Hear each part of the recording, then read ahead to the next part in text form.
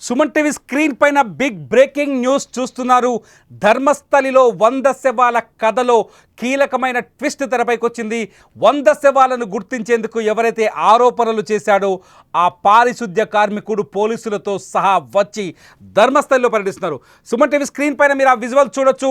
ధర్మస్థలలో police విచారణ కొనసాగుతోంది.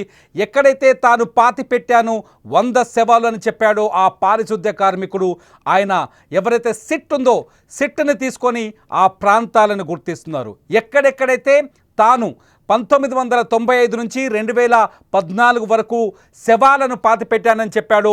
ఆ శవాలను పాతిపెట్టిన ప్రాంతాలని ప్రత్యేక ఇన్వెస్టిగేషన్ బ్యూరో అధికారులకి చూపిస్తున్నాడు. ఆయనతో పాటు భారీ ఎత్తున పోలీస్ బలగాల్ని మనం స్క్రీన్ మీద చూడొచ్చు. ఒకసారి ఫుల్ ఫ్రేమ్ విజువల్స్ చూస్తే ఒక్కసారిగా అతను చూడండి, అతను నడుచుకుంటూ వస్తున్నాడు. ధర్మస్థలిలో ఎవరైతే ఆ పారిశుద్ధ్య కార్మికుడు 2014 వరకు తాను 100 శవాలను పాతిపెట్టాను, ధర్మస్థలిలో నన్ను బలవంతంగా ఆ 100 మహిళల శవాలే, ఆ 100 శవాల్లో మహిళలు ఉన్నారు, అట్లాగే మైనర్ బాలికలు ఉన్నారు, వాళ్ళపైన రేప్ జరిగింది, ఆ తర్వాత ఒంటిపైన గాయాలు చూశాను, ఎక్కువ శవాలు నగ్నంగా వచ్చాయి, నగ్నమైన శవాలనే నేను పాతిపెట్టానంటూ ఎవరైతే జూన్ 4వ తేదీన ధర్మస్థలి పోలీస్ స్టేషన్కు వెళ్ళి ఫిర్యాదు చేశాడో ఆ పారిశుద్ధ్య కార్మికుడు విజిల్ బ్లోయర్ ఆయననే ఇవాళ ధర్మస్థలికి వచ్చాడు.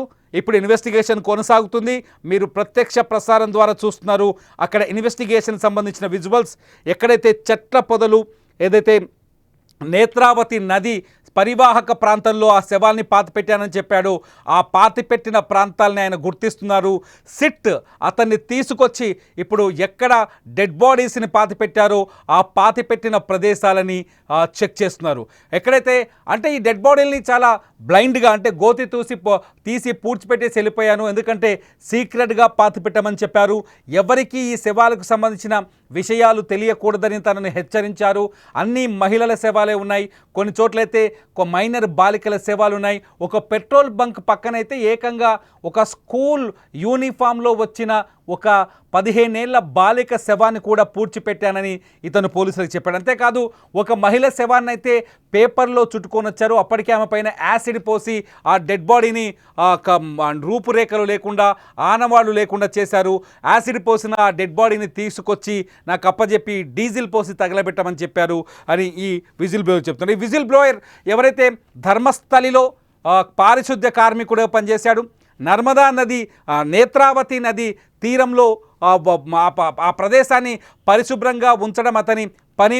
అయితే అతన్ని తీసుకొచ్చిన ఆ నేత్రావతి నది ఒడ్డున ఉన్న తనకి ధర్మస్థలికి సంబంధించిన కొందరు వ్యక్తులు, ప్రభావశీలులు అంటే ఏ రాజకీయాలని కానీ వ్యవస్థల్ని కానీ ప్రభావం చేసే వ్యక్తులు, చాలా శక్తివంతమైన వాళ్ళు తనను బెదిరించి డెడ్ బాడీస్ని తన చేత పెట్టించారని ఆయన ఆరోపిస్తూ వస్తున్నాడు.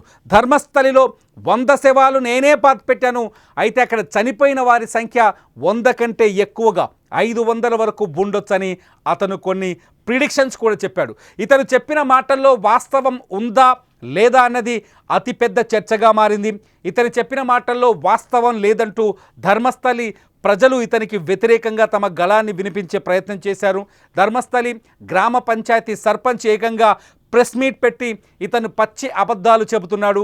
మా దగ్గర ఎవరైతే అనాథలు ఉంటారో లేకపోతే ఇక్కడ చనిపోవాలని ధర్మస్థలిని ఒక కాశీగా చూస్తారు, దక్షిణ కాశీగా, ఇక్కడికి వచ్చి చనిపోవాలని ఆశపడే వాళ్ళు కొందరు ఉంటారు, అటువంటి వాళ్ళ శవాల్ని పాతి పెడతాం మేమే, దానికి అధికారిక రికార్డులు ఉన్నాయి, వాళ్ళని పాతేందుకు కొంతమంది ఉద్యోగులు ఉన్నారు, ఆ శవాలని ఒక పద్ధతి ప్రకారం అంత్యక్రియలు చేస్తామని చెప్తారు. కానీ మీరు స్క్రీన్ మీద చూస్తున్నారు, అక్రమంగా శవాలు పాతిపెట్టిన ప్రాంతం ఇది.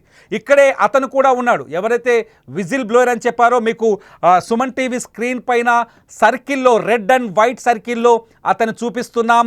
అతని ముఖానికి పూర్తిగా మాస్క్ వేసి ఉంది, చాలా లావుగా ఉన్నాడు ఆ వ్యక్తి. ఇతనే 2014 వరకు ధర్మస్థలిలో మీరు ఇంకొక స్క్రీన్లో చూడొచ్చు. ఆ లావైన వ్యక్తి మొహానికి మాస్క్ వేసి ఉంది. అతన్ని మీడియా కెమెరాల్లో కనపడకుండా, అతను మీడియా కంటికి చిక్కకుండా భారీ బందోబస్తు మధ్య, చుట్టూ ఒక పోలీస్ బెటాలియన్ ఉంది.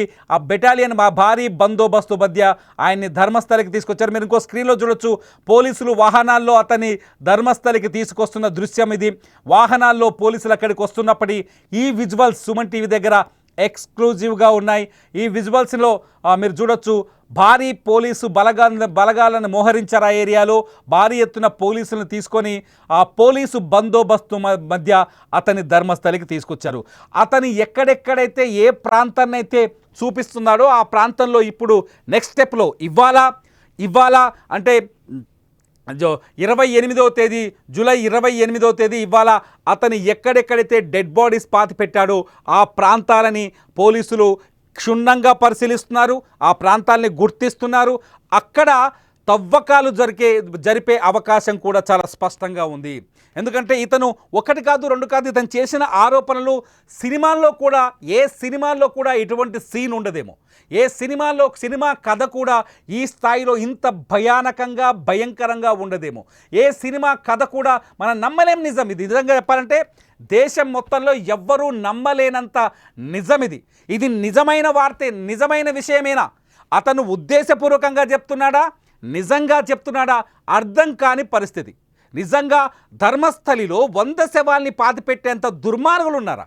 వరుసగా మహిళలపైన అఘాయిత్యం చేసి, లైంగిక దాడి చేసి, వాళ్ళ శవాల గొంతుల్ని కత్తులతో కోసేసి, వాళ్ళ శరీరాలని గాయపరిచి, వాళ్ళ శరీరాలపైన గాయాలున్నాయని కూడా చెప్తున్నాడు కదా, వాళ్ళ బట్టలన్నీ తీసేసి నగ్నంగా తీసుకొచ్చి పాతి పెట్టాల్సిన అవసరం ధర్మస్థలిలో ఎవరికి ఉన్నది అనేది పెద్ద ప్రశ్నగా మారింది.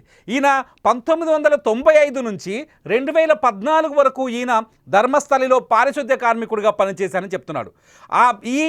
ఈ స్పాన్లోనే దాదాపు ఈ 95 నుంచి 14 వరకు ఈయన దాదాపు 100 శవాల్ని పాతిపెట్టానని చెప్తున్నాడు. ఆ 100 శవాలలో మొత్తం మహిళలే ఉన్నారని చెప్తున్నాడు. కొన్ని శవాల్ని డీజిల్ పోసి తగలబెట్టానని చెప్తున్నాడు. అంతేకాదు మరికొన్ని శవాలు బాలికలు ఉన్నారు. స్కూల్ యూనిఫామ్ వేసుకున్న అమ్మాయిలను కూడా వదిలిపెట్టలేదు. ఆ దుర్మార్గులు అత్యంత పాశవికంగా అమ్మాయిల పైన లైంగిక దాడి చేశారు.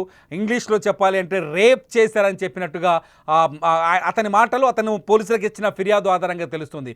ధర్మస్థలి పోలీసులకు కూడా మైండ్ బ్లాక్ అయింది ఇతను చెప్పిన మాటలు విని. సో ఇందులో నిజాన్ని తేల్చే పనిలో పడ్డ కర్ణాటక ప్రభుత్వం ఎవరైతే ఉందో సిద్ధరామయ్య ప్రభుత్వం, ఆ ప్రభుత్వం ఒక ప్రత్యేక సిట్ని ఏర్పాటు చేసింది. అడిషనల్ డీజీపీ ప్రణబ్ మహంతి నేతృత్వంలో 3 సీనియర్ ఐపీఎస్ అధికారులు ఈ కేసుని ప్రత్యేకంగా విచారిస్తున్నారు. ఇప్పటికే టీం అంతా సెట్ అయింది. ఆ టీం ఏదైతే కోర్టు పర్యవేక్షణలో జైల్లో ఉన్నాడో ఈ ఆరోపణలు చేసిన వ్యక్తి, అతన్ని తీసుకొని ఇవాళ ధర్మస్థలికి తీసుకొచ్చింది. ఆ వాహనాల్లో, ప్రత్యేక వాహనాల్లో తీసుకొచ్చి ఎక్కడ పాతిపెట్టావు మహానుభావ నువ్వు? ఆ శవాల్ని నువ్వు చెప్పింది నిజమేనా, ఇది అబద్ధమా, ముందు నువ్వు శవాలు పాతిపెట్టిన ప్రాంతాన్ని చూపించు అంటూ అతన్ని తీసుకొస్తే అతను ఆ పోలీసులను తీసుకుపోతున్న వీడియో చూస్తే కళ్ళు బయలు గమ్ముతున్నాయి. నిజంగానే ఇక్కడ శవాల్ని పాతిపెట్టారా? ఇప్పుడు ఇవే ప్రశ్నలు తెరపైకి వస్తున్నాయి. నిజంగానే ఇక్కడ శవాలని పాతిపెట్టారా? నిజంగానే ఈ ప్రాంతంలో ఈ వ్యక్తి, ఇప్పుడు మీరు స్క్రీన్లో చూస్తున్నారు విజువల్స్ చూస్తున్న ప్రాంతంలో డెడ్ బాడీస్ ఉన్నాయా? ఆ 100 మంది మహిళల శవాలు ఇక్కడ దొరుకుతాయా? దొరికితే ఇది ప్రపంచంలోనే అతి భయంకరమైన సంఘటన అవుతుంది. ప్రపంచంలో ఎక్కడ, ఏ దేశంలో ఎప్పుడు వెలుగు చూడనంత భయంకరమైన సంఘటన అవుతుంది. భారతదేశ కీర్తి ప్రతిష్టలకు సంబంధించిన అంశం అవుతుంది. ధర్మస్థలి స్వయంగా మంజునాథ స్వామి కొలువైన ఆ తీర్థంలో, ఆ క్షేత్రంలో ఎవ్వరూ భరించలేని ఆఖరికి ఆ శివుడు కూడా జీర్ణించుకోలేనంతటి పెద్ద వార్తా సంఘటన అవుతుంది. అటువంటి పరిస్థితుల్లో ఈ విజిల్ బ్లోయర్ ఎవరైతే ఈ స్వీపర్గా పనిచేసిన ఈ వ్యక్తి ఉన్నాడో, మీకు ఒక విషయం తెలుసా? సుమన్ టీవీ ధర్మస్థలికి వెళ్ళింది. అక్కడ వెళ్ళి ఆ పరిసరాలన్నింటినీ షూట్ చేసింది. ఆ పరిసరాల్లో ఉన్న ప్రజల అభిప్రాయాలను తెలుసుకుంది. అక్కడ ఉన్న ప్రజల అభిప్రాయాలు మీరు స్క్రీన్ మీద చూసిన విజువల్స్, సుమన్ టీవీ ఎక్స్క్లూజివ్గా రికార్డ్ చేసిన విజువల్స్. అక్కడికి వెళ్ళింది Suman TV. Dharmasthali ground report videos మీరు సుమన్ టీవీలో చూడొచ్చు. ఆల్రెడీ గ్రౌండ్ రిపోర్ట్లో అక్కడి ప్రజల ఒపీనియన్ ఏంటి, ఈ 100 శవాల కథ వెనుకున్న మిస్టరీ ఏంటి, అసలు ఆ సౌజన్య అనే అమ్మాయిని ఎవరు చంపేశారు, సౌజన్య ఎందుకు మర్డర్ కేసు ఎందుకు మిస్టరీగా వీయలేదు, ఈ అంశాలన్నింటినీ మీకు సుమన్ టీవీలో ఇదివరకే మీరు వీడియోస్ చూడొచ్చు. అయితే ఇప్పుడు ఆ వ్యక్తి ధర్మస్థలికి రావడం, ఎవరైతే ఆరోపణలు చేశాడో ఆ ఆరోపణలు చేసిన వ్యక్తి ధర్మస్థలికి రావడం, ధర్మస్థలిలో ఆ శవాలు పాతిపెట్టాను, నేను ఈ ప్రాంతంలోనే శవాల్ని పాతిపెట్టాను, ఈ చోటనే నేను గోతి తీసి శవాల్ని పూర్తి చేశాను. మీరు ఈ విజువల్స్లో చూడొచ్చు, అతను బాక్స్లో కనిపిస్తున్న విజువల్ చూడొచ్చు. ఇప్పుడు అతను ఆ ప్లేస్లో నేను శవాల్ని పాతిపెట్టానని అక్కడ సిట్ అధికారులకు పోలీసులకు చెప్తున్నాడు. ఆ ప్రాంతాన్ని ఇప్పుడు క్షుణ్ణంగా పరిశీలిస్తున్న పోలీసులు, మార్క్ చేస్తున్న పోలీసులు ఆ ప్రాంతంలో పాతిపెట్టిన శవాల్ని తీసే ప్రయత్నాలు మొదలుపెట్టారు. ఖచ్చితంగా ఈ కేసు ఇవాళ నుంచి ఊహించని మలుపులు తిరిగే అవకాశం కనిపిస్తుంది. ఎవ్వరూ ఎక్స్పెక్ట్ చేయని మలుపులు తిరిగే అవకాశం కనిపిస్తుంది. ఆ వ్యక్తిని అక్కడికి తీసుకొచ్చి ఐడెంటిఫై చేస్తున్నాడు. అతను చెప్పిన చోటల్లా శవాలు దొరికితే, ఒకవేళ అతను చెప్పిన చోటల్లా శవాలు దొరికితే ఇది నిజంగానే భయంకరమైన సంఘటన. చూడాలి అతను ఎక్కడైతే శవాలు పాతిపెట్టాడో ఆ వ్యక్తి చెప్పిన చోట శవాలు దొరుకుతాయా లేదా అన్నది ఇప్పుడు అతిపెద్ద మిస్టరీగా మారుతుంది.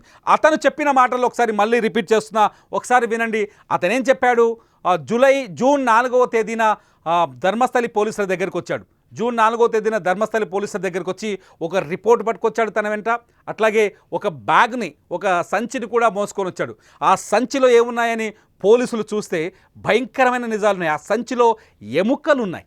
అవి ఒక మహిళనంట తను పాతిపెట్టిన చోట సాక్ష్యం చెప్పడం కోసం, సాక్ష్యంగా చూపించడం కోసం ఒక మహిళను పాతిపెట్టిన చోట ఆమె అస్థిపంజరాన్ని వెలికితీసి, మళ్ళీ తవ్వి వెలికితీసి, పోలీసులు నమ్మరు అనే ఉద్దేశంతో వెలికితీసి ఆ ఎముకలన్నింటినీ బ్యాగ్లో వేసుకొని, ఆ బ్యాగ్ను భుజాన వేసుకొని జూన్ 4వ తేదీన ధర్మస్థలి పోలీసుల దగ్గరికి వచ్చాడు.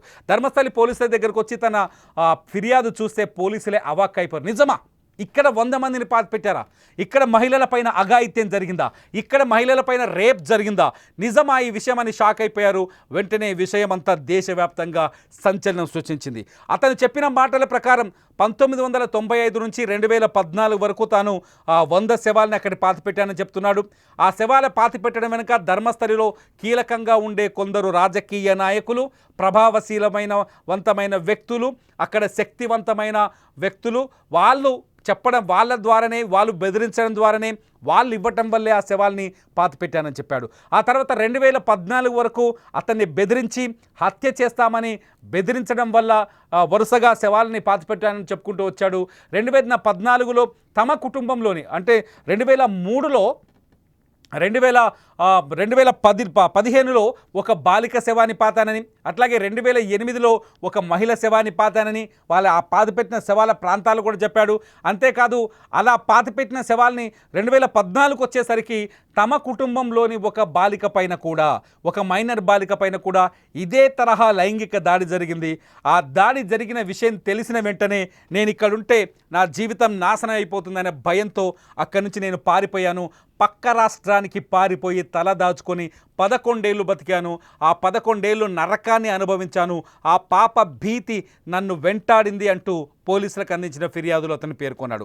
ఎప్పుడైతే తిరిగి 2025లో మళ్ళీ ధర్మస్థలికి వచ్చిన ఆ వ్యక్తి పోలీసుల దగ్గరికి వెళ్ళి ఫిర్యాదు చేస్తూ, ఎందుకురా నాయన నువ్వు ఇప్పుడు ఫిర్యాదు చేస్తున్నావు, హత్యలు చేసిన రోజుల్లో, ఆ శవాల్ని పాతిపెట్టిన రోజుల్లో ఎందుకు చేయలేదంటే, ఇప్పుడు వాళ్ళకి సరైన రీతిలో అంత్యక్రియలు జరగకపోవడం వల్ల వాళ్ళ ఆత్మలు ఈ భూమిని విడిచి వెళ్ళిపోవు, ఈ లోకంలోనే ఉంటాయి, అవి నన్ను వెంటాడుతాయి, ఆ పాప భీతి నాకు నిద్ర లేకుండా చేస్తున్నాయి. వాళ్ళ శరీరాల్ని వెలికి తీసి వాళ్ళకి సరైన వాళ్ళ కులాలు, వాళ్ళ మతాల ఆధారంగా, సంప్రదాయాల ఆధారంగా ఆ శవాల్ని మళ్ళీ తిరిగి అంత్యక్రియలు చేస్తే నాకు ఆ పాప భీతి తగ్గుతుంది. అందుకోసమనే నేను పోలీసులను ఆశ్రయించాను. ఈ భయంకరమైన నిజాన్ని తన గొంతులో దాదాపు 11 ఏళ్ళు, అంటే ఒక రకంగా చెప్పాలంటే 30 ఏళ్ళు దాచుకున్న, ఆ గొంతులో దాచుకున్న ఆ నిజాన్ని ఇప్పుడు వెలుగులోకి తెచ్చానని చెప్పుకొచ్చాడు. అతను చెప్పిన మాటలు విని ఒక్కసారిగా కర్ణాటక రాష్ట్ర ప్రభుత్వం అదిరిపడింది. అంతేకాదు అక్కడ రాజకీయ దుమారం చెలరేగింది. కొందరు చెప్తున్నారు ధర్మస్థలి మంజునాథ స్వామి క్షేత్రం, అక్కడికి దేశ నలుమూలల నుంచి అనేక మంది అక్కడికి వస్తారు. ఆ మంజునాథ స్వామి క్షేత్ర ప్రతిష్టను, ఆ మంజునాథ క్షేత్ర పవిత్రతను తగ్గించేందుకే ఈ వ్యక్తి ఈ నాటకం ఆడుతున్నాడనే విషయాన్ని కొందరు కొట్టిపడేశారు. అంతేకాదు రాష్ట్ర ప్రభుత్వం కొందరు వ్యక్తుల్ని కాపాడే ప్రయత్నం చేస్తుంది, కొందరిని కావాలని ఉద్దేశపూర్వకంగా రక్షించే ఉద్దేశంతో పనిచేస్తుంది అంటూ సోషల్ మీడియాలో సంఘాలు సామాజిక మాధ్యమాల్లో కామెంట్ చేశారు, ఇంటర్వ్యూలు ఇచ్చారు. సోషల్ మీడియాలో అటువంటి చాలా చూసాం. ఇదంతా పక్కన పెడితే ఏకంగా కర్ణాటక మహిళా కమిషన్ అధ్యక్షురాలు నేరుగా ప్రభుత్వానికి ఒక లేఖ రాశారు.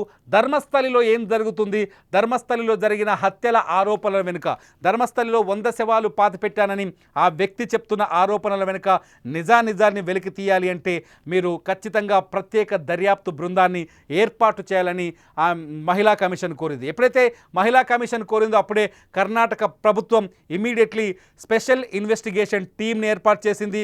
ఆ స్పెషల్ ఇన్వెస్టిగేషన్ టీం మీరు చూస్తున్నారు ఫోటో, ప్రణబ్ మహంతి నేతృత్వంలో, అడిషనల్ డీజీపీ ఆయన నేతృత్వంలో ఆ స్పెషల్ ఇన్వెస్టిగేషన్ టీం ఫామ్ అయింది ధర్మస్థలిలో. ఈ వ్యక్తికి సంబంధించి ఎవరైతే ఈ హత్యలు చేశానని చెప్పిన వ్యక్తితో ఆ కోర్టు పరిధిలో ఉన్నాడు ఆయన, అతన్ని సురక్షితంగా భద్రంగా కాపాడుతున్నారు, భారీ సెక్యూరిటీ ఇస్తున్నారు. ఎందుకంటే అతని ప్రాణాలకి ముప్పు కూడా ఉంది. మీరు అతను కోర్టుకు వచ్చిన విజువల్స్ ఇప్పుడు స్క్రీన్లో చూస్తున్నారు. అతని ప్రాణాలకు ముప్పు ఉంది.